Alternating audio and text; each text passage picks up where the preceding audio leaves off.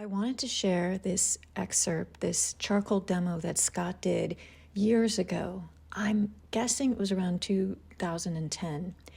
And a video company came to Scott's studio and filmed him doing multiple charcoal and oil demos and turned them into art videos. I had found that a bunch of excerpts from these videos in a hard drive. So I thought I would just take this particular one that Scott did of Donald, a man that we know who is a custodian for the arts building that I have a studio in downtown Winston-Salem. We used to have him as a model multiple times, and he's a very lovely person. Scott loves to hire models and record their stories. Now, when he did this video years ago, they had bought the rights to music and put it in the video.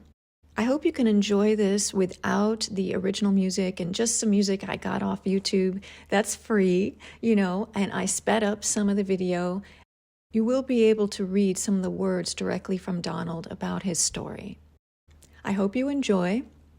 This is a charcoal on Strathmore paper, and it was done from life.